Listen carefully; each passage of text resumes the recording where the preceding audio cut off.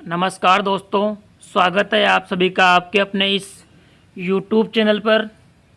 दोस्तों, यहाँ पर मैं आप सभी के लिए कई सारी महत्वपूर्ण खबरें लेकर आया हूँ और ये सारी खबरें कई सारी वैकेंसीज, विज्ञप्ति एवं उसके अलावा कई सारी नियुक्तियों को लेकर हैं। तो इन सभी के बारे में जानने के लिए आप सभी वीडियो को पूरा देखिए और ख़ासकर वो अभ्यर्थी जिनका चयन LDC में जो बाद में 603 पदों की सूची आई थी उसमें चयन हुआ है, उन अभ्यर्थियों के लिए यहाँ पर बहुत बड़ी खबर है। तो उसके बारे में आप सभी वीडियो को अंत तक देखें।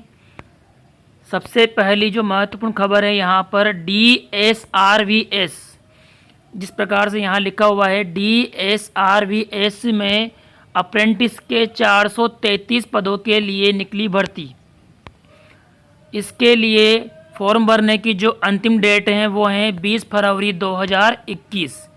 अब इसके बारे में आप थोड़ा जान लीजिएगा कि डिजिटल शिक्षा और रोजगार विकास संस्थान ने विभिन्न डिवीजनों, इकाइयों, कार्यशालाओं में प्रशिक्षण प्रदान करने के लिए अप्रेंटिस अधिनियम 1961 के तहत अप्रेंटिस के पदों पर भर्ती के लिए आधिकारिक विज्ञापन जारी किया है। इसके माध्यम से 433 पदों पर data entry operator, web designer, content writer, computer networking technician एवं कार्यालय सहायक के अलग अलग 168, 15, 165, 46 और 39 इस प्रकार से अलग अलग पदों के लिए विज्ञापन जारी हुआ है। इसके लिए जो भी आवेदक हैं उनके लिए 12वीं से लेकर PG अलग अलग पदों के लिए अलग अलग योग्यता हैं। तो 12वीं से लेकर PG इन भर्तियों की योग्यता है और इसकी जो आयु सीमा है वो है 18 वर्ष से 35 वर्ष, जो कि आपको यहाँ दिखाई दे रहा होगा दोस्तों। और इसके लिए जो ऑफिशियल वेबसाइट है यहाँ पर दे रखी है, इसका आप स्क्रीनशॉट लेकर इसको टाइप करके उसके माध्यम से आप इस संदर्भ में संपूर्ण जानकारी प्राप्त कर सकते हैं। इसके बाद में यहाँ पर भाभा परमाणु अनुसंधान केंद्र से एक बड़ी विज्ञप्ति जारी हुई है। ड्राइवर और फायरमैन के पदों पर, ड्राइवर और फायरमैन के पदों पर जो विज्ञापन निकला है उसके बारे में आप जान लीजिएगा। उसके बाद में यहाँ पर मैं आपको बताने वाला हूँ कि इनकी जो सैलरी वगैरह वो क्या रहने वाली है। तो सबसे पहले तो आप ये देख लीजिए कि इसके लिए फॉर्म भरने की जो अंतिम डेट है वो है 15 फरवरी, जो कि आपको यहाँ दिखाई दे रही होगी।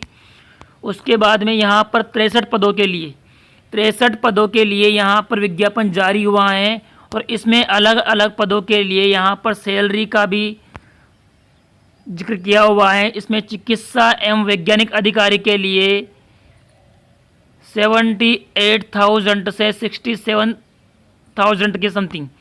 तो सबसे पहले आप जानिए यहाँ पर वृत्तिभोगी ट्रेनी, तो 10,500 से 18,000 के बीच इनका वेतन रहने वाला है और ड्राइवर्स का जो वेतन है वो 21,700 रुपये रहने वाला है। बाकी आपको यहाँ दिखाई दे रहा होगा, इसका स्क्रीनशॉट लेकर आप समस्त पदों के लिए जो वेतन सूची यहाँ दे रखी है उसके बारे में आप देख सकते हैं। उसके बाद में यहाँ पर अगली अपडेट है मालाबार क्षेत्रीय सहकारी दुग्ध उत्पादक संघ लिमिटेड। मालाबार क्षेत्रीय सहकारी दुग्ध उत्पादक संघ लिमिटेड में कृषि पर्यवेक्षक कनिष्ठ पर्यवेक्षक सहित अन्य पदों के लिए भर्ती का विज्ञापन जारी हुआ है। तो यहाँ पर कनिष्ठ पर्यवेक्षक के लिए आवेदन करने की जो अंतिम डेट है वो 20 फरवरी है, अर्थात 20 फरवरी तक कई सारी भर्तियों की अंतिम तिथि है। तो आप समय समय पर चेक करते रहें और इसके लिए जो ऑफिशियल वेबसाइट है वो milma.com पर जाकर इस बारे में जानकारी आप प्राप्त कर पाएंगे। और इस भर्ती हेतु चयन की प्रक्रिया होगी दोस्तों, वो केवल और केवल इंटरव्यू होगी, ना कि पेपर। 46 पदों के लिए यहाँ पर विज्ञापन जारी हुआ है। इसके बाद में UGC नेट 2021 के लिए सभी अभ्यर्थियों के लिए अच्छी खबर है कि उनके लिए एग्ज़ाम की डेट भी घोषित कर दी गई है। UGC नेट 2021 के लिए एग्ज़ाम डेट घोषित 2 मई को होगी परीक्षा। दोस्तों, इस बार क्या बदलाव होने वाला है इसके बारे में भी आप जान लीजिए कि अब तक जो परीक्षाएं आयोजित होती थी वो ऑफलाइन मोड पर होती थी। ऑफलाइन मोड पर अब तक की परीक्षाओं का आयोजन होता था, लेकिन इस बार सीबीटी कंप्यूटर बेस्ड एग्ज़ाम होगा, ऑनलाइन एग्ज़ाम होगा। इसके लिए आपको एनटीए, जेआरएफ और सहायक प्रोफेसर के लिए यूजीसी नेट के जो एग्ज़ाम्स हैं वो 2 मई से 17 मई तक आयोजित होंगे।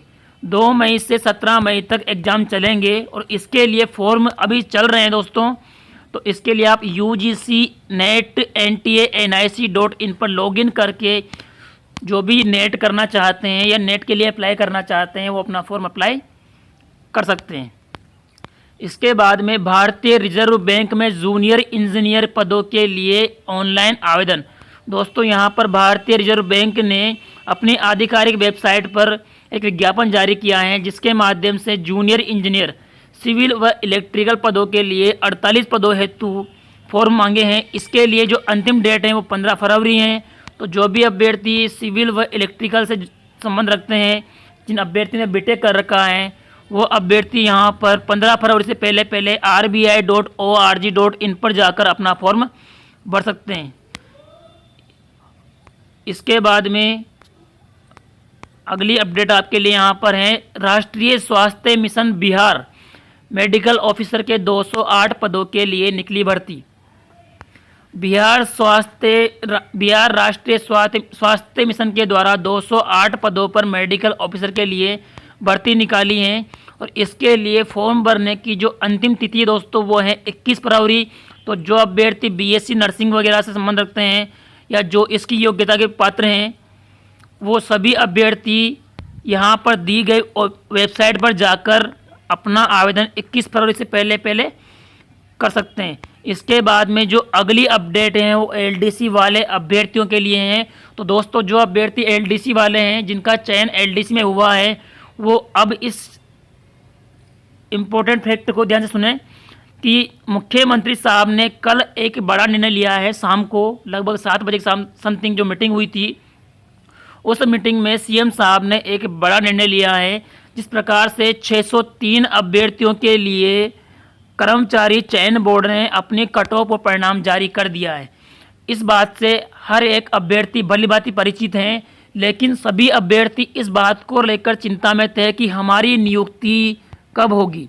तो दोस्तों यहाँ पर मुख्यमंत्री साहब ने नियुक्ति को लेकर रास्ता साफ किया है। तो यहाँ पर ध्यान से सुनिएगा, कनिष्ठ सहायक भर्ती में चयन से वंचित अभ्यर्थियों के हित में मुख्यमंत्री का बड़ा निर्णय, 603 अतिरिक्त पदों पर नियुक्ति के प्रस्ताव किए स्वीकृत।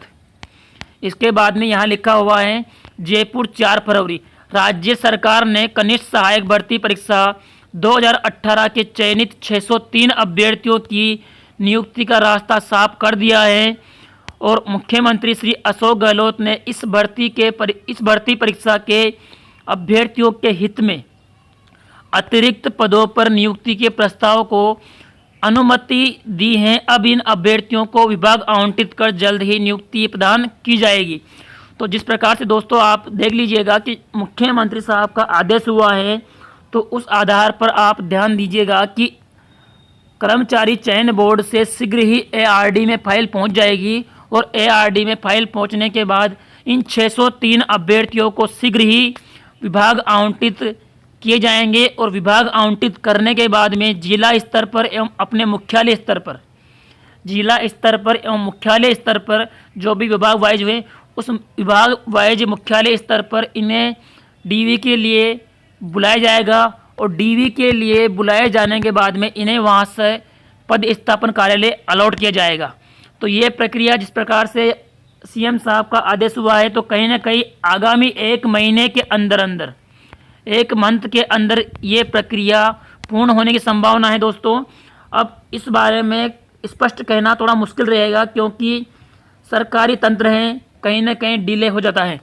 तो जिस प्रकार से सीएम साहब का आदेश है, उस हिसाब से दिखाई दे रहा है कि आगामी 1 से 1.5 महीने में इन सभी अभ्यर्थियों को नियुक्ति प्रोवाइड कर दी जाएगी। तो ये अभ्यर्थी निश्चित रहें, जल्द ही इनको नियुक्ति मिलने वाली है। इसके बाद में यहाँ पर लिखा है, श्री अशोक गहलोत ने युवा आशार्थियों के हित में एक बड़ा निर्णय लेते हुए निर्देश दिए हैं कि कुल विज्ञापित पदों में कमी के कारण चयन से वंचित अभ्यर्थियों को शीघ्र नियुक्ति दी जाए। यहाँ पर मुख्यमंत्री साहब ने जल्द ही नियुक्ति देने का आदेश दिया है और इसमें अलग अलग यहाँ पर आपको दिखाई दे रहा है कि किस प्रकार से पद शामिल थे। तो यहाँ पर सामान्य वर्ग के 105, अन्य पिछड़ा वर्ग के 436 और एससी के 12, एसटी के 38 एवं एमबीसी के 6 पद शामिल थे। तो यहाँ पर विज्ञापित पदों के अनुरूप यहाँ पर नियुक्ति मिल पाएगी।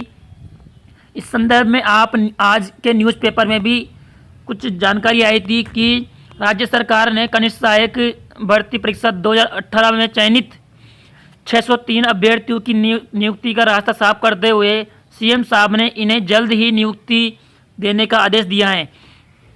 तो इसके लिए प्रशासनिक सुधार विभाग एआरडी विभाग के प्रस्ताव के अनुसार जिन अतिरिक्त पदों पर नियुक्ति दी जानी है उनके लिए 603 पदों के लिए उन्हें विभाग आवंटन होगा, उसके पश्चात उन्हें नियुक्ति प्रोवाइड की जाएगी। तो कहीं ना कहीं इस प्रक्रिया में 1 से 1.5 महीना लगने की संभावना है दोस्तों, क्योंकि प्रक्रिया लंबी है। पहले विभाग आवंटन हेतु इनसे विकल्प पत्र भरवाया जाएगा और विभाग आवंटन के लिए विकल्प पत्र भरवाने के बाद में इन्हें विभाग आवंटित होगा और विभाग आवंटित होने के बाद में इन सभी अभ्यर्थियों के फॉर्म हैं जो इनके मुख्यालय स्तर पर सेंड किए जाएंगे। उसके बाद में इन सभी अभ्यर्थियों को मुख्यालय स्तर पर डीवी के लिए बुलाया जाएगा। उसी के बाद इन्हें नियुक्ति प्रोवाइड की जाएगी।